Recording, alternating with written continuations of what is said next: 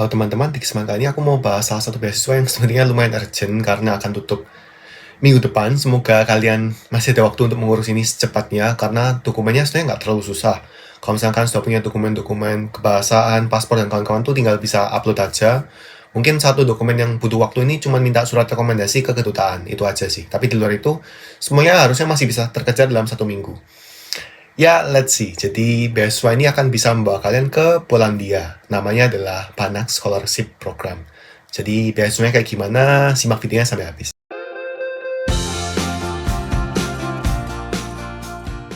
Ya, jadi Polandia. Mungkin kalau misalnya kita mau self-fund ya, atau mau bayar sendiri, kemudian mau studi lanjut tuh, ini bukan negara yang langsung terpikir, Polandia gitu. Padahal menurut aku Polandia ini merupakan salah satu negara yang cukup oke juga untuk dibuat studi lanjut.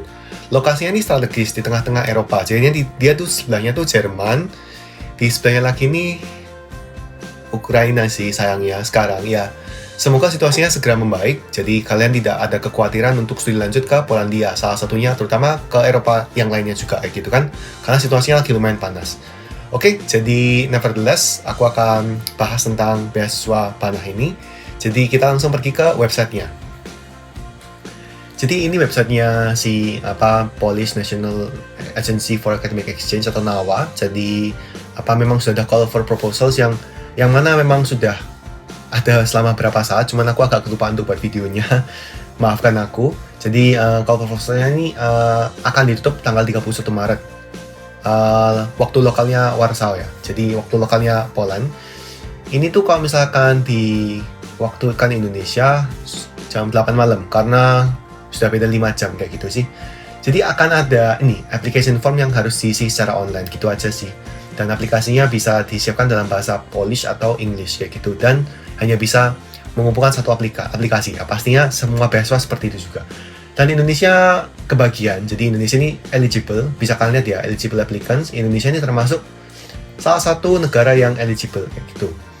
Dan kita gak punya kewarganegaraan Polish pastinya kayak gitu. Kalau misalkan kalian mau S2, kalian belum boleh punya gelar S2 kayak gitu.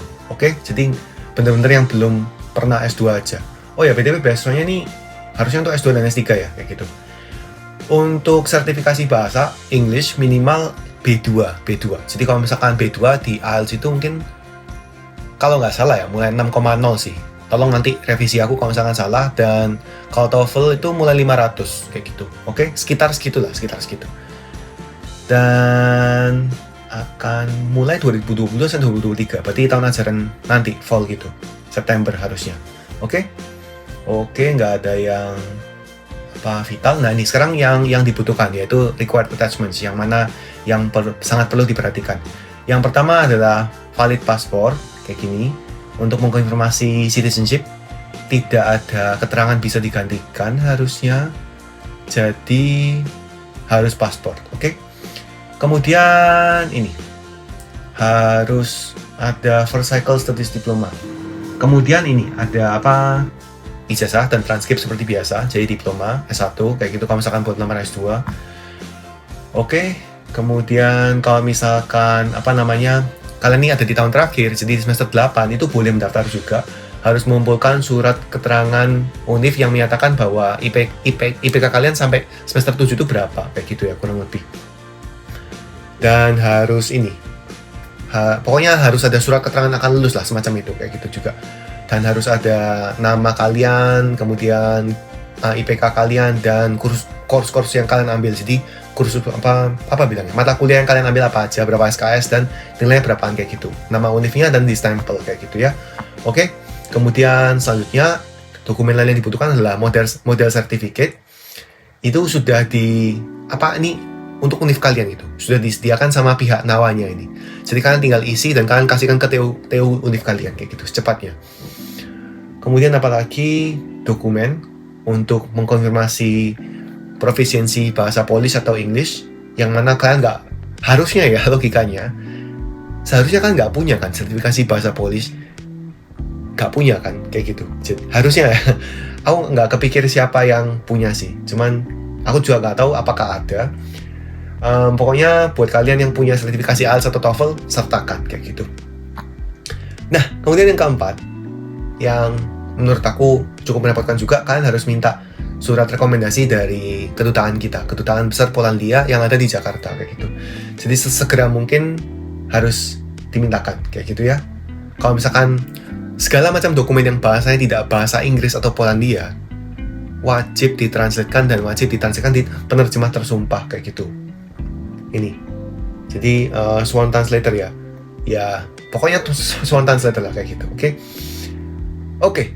Nah, ini ada detail yang lumayan penting. Jadi waktu kalian mengumpulkan paspornya tuh diminta untuk crop fotonya kalian. Jadi scan-scanan foto kalian tuh jangan dikasih blank-blank aja kayak gitu. Jangan. Ya, ini tolong dipatuhi ya kayak gitu. Tolong dipatuhi. Evaluasinya ada 40% dari rekomendasi dari kedutaan, kemudian 60% dari IPK dan kawan-kawan kayak gitu. Ya, kurang lebih kayak gitu. Oke, ada budgetnya.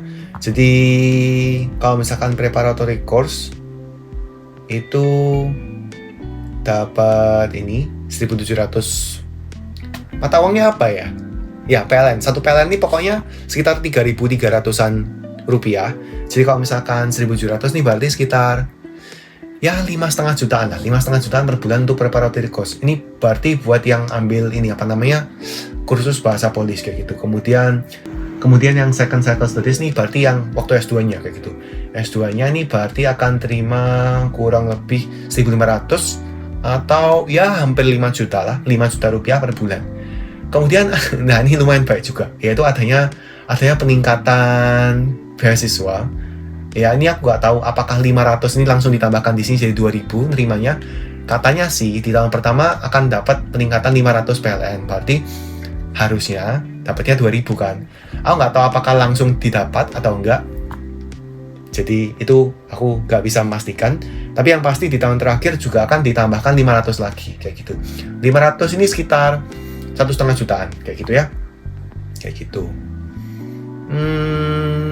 Oke, nggak ada informasi yang penting lagi. Akan diumumkan 15 Juli. Jadi lumayan cepat juga. Maret, April, Mei, Juni, Juli. Ya, 4 bulan kan akan dikumpulkan kayak gitu. Sudah akan diumumkan kayak gitu ya. Jadi ini model sertifikatnya. Model sertifikatnya gimana kita lihat aja. Jadi kurang lebih kayak gini. Sudah ada template-nya, stempel univnya. Jadi ini univ kalian yang bikin kayak gitu. Univ kalian yang isi. Diisikan nama kalian, kewarganegaraan kalian, nama univ kalian. Ini adalah bukti bahwa kalian tuh akan menyelesaikan studi atau kayak gimana plan graduation date. Jadi misalkan kalian belum lulus, kalian minta univ kalian tuh mengisi kurang lebih akan lulus kapan kayak gitu ya. Dan IPK-nya berapa kayak gitu. Kemudian disertakan itu lampirannya transkrip kalian. Jadi mata kuliah apa aja yang sudah diambil gitu ya. Kemudian di stempel. Jangan lupa di stempel, penting. Oke, jadi kurang lebih kayak gini. Lumayan sederhana. Kita langsung ke itunya, online application formnya aja. Jadi aku tadi sudah daftar akunnya, kemudian bisa diaktifkan di email, kemudian kan akan di email kayak gini kurang lebih. Ya, pokoknya bahasanya kayak gini. Kalian translate aja kalau misalkan nggak paham. Kayak gini kan, kemudian kalian aktifasi emailnya kayak gitu, dan akan ada di halaman yang seperti ini. Nah, kemudian kita harusnya pilih yang student sini kan, kayak gitu. Diklik. Kemudian, nah ini ada remaining application time-nya 9 hari waktu aku merekam ini tanggal 22 Maret di tempat aku. Jadi ya nggak tahu aku akan upload ini kapan, semoga secepatnya kayak gitu ya. Kemudian complete the application, kalian pencet pilih kewarganegaraan Indonesia. Kemudian apa lagi? Oke, jadi ini bahasanya Poland. Kalian bisa pencet bahasa Inggris di sini untuk mengubah ini jadi bahasa Inggris kayak gitu ya, oke? Isi nama kalian, kemudian citizenship Indonesia, nama ayah, ibu, nomor paspor, dan scan paspor yang tadi kan, alamat, nomor telepon, kemudian alamat dari kedutaan besar itu Indonesia kita kayak gitu. Jadi harusnya ada, cari aja Jakarta, ada nggak ya? Ada ini. Embassy. Oke, pokoknya yang di Jakarta kan, yang di Jakarta kayak gini. Kalian pencet aja yang ini. Jadikan bahasa Inggris aja lah. Aku menyesal menjadikan ini bahasa Polandia kayak gitu pokoknya. Kemudian emergency contact, oke? Oke, kemudian ada ini educational background. Kalian bisa isi studi S1 kalian di univ mana, kota, negara, bla bla bla. Apakah sudah dapat gelar S1 atau belum, kayak gitu. Kemudian gelar apa yang akan diterima, kayak gitu kan. Aku ubah jadi di bahasa Inggris deh, kayak gitu. Apakah ada perubahan? Oke, iya. Nyata tadi translatean Google Translate-nya sudah lumayan dengar. Kemudian IPK kalian, kemudian grading skill-nya kalian ya. Kalau misalkan Indonesia, jangan tanya lagi. Indonesia untuk S1, S2, S3 berapa? 4,0 kayak gitu. Berarti 0 sampai 4 kan? Kayak gitu. Isi kayak gini. Oke? Kemudian ya nilai kalian misalkan kan dapat 3,75 gitu ya. Isi aja 3,75 gitu. Pakai titik. Harusnya oke, pakai koma.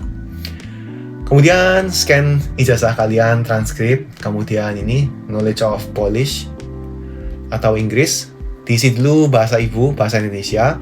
Bahasa apa yang akan digunakan di Poland ya bahasa Inggris kan harusnya.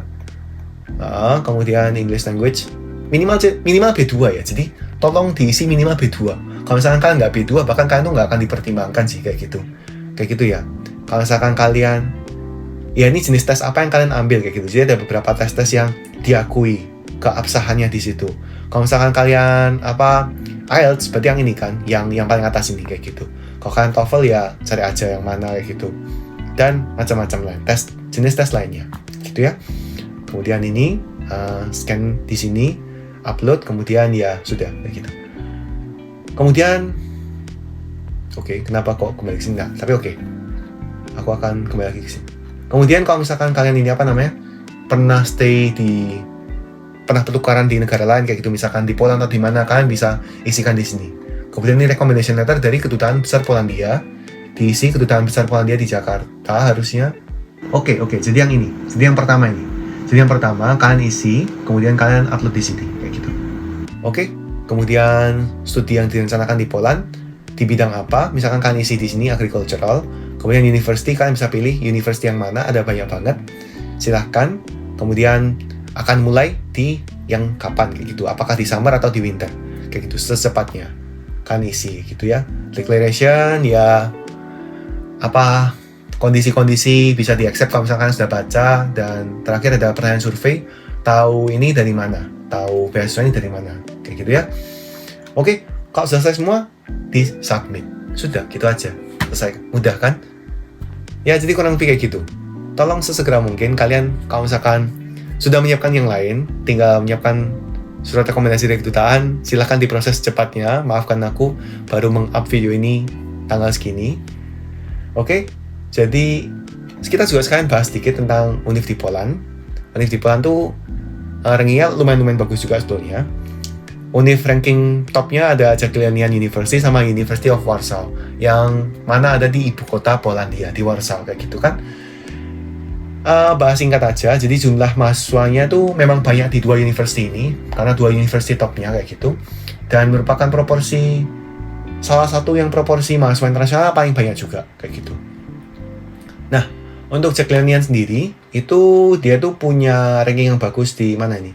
Di Clinic and Health dan juga Art and Humanities. Jadi jurusan Humanities-nya bagus. Jurusan lainnya kurang lebih kayak gini. Ada. Karena jurusannya memang lumayan lengkap. Kalau misalkan yang Warsaw memiliki spesialisasi yang agak sedikit berbeda. Art and Humanities masih ada, tapi dia sekarang punya Physical Sciences yang tinggi dan juga Computer Science yang tinggi banget. Kayak gitu sih. Dan juga law yang bagus. Jadi kalian bisa lihat bahwa sekilas nih memang dua univ ini memiliki ya spesialisasi yang berbeda. Meski demikian kalau aku nggak salah lihat tadi itu jurusan yang kalian bisa pilih itu terbatas kayak gini kan. Jadi cuma engineering, agricultural atau natural field of sciences kayak gitu.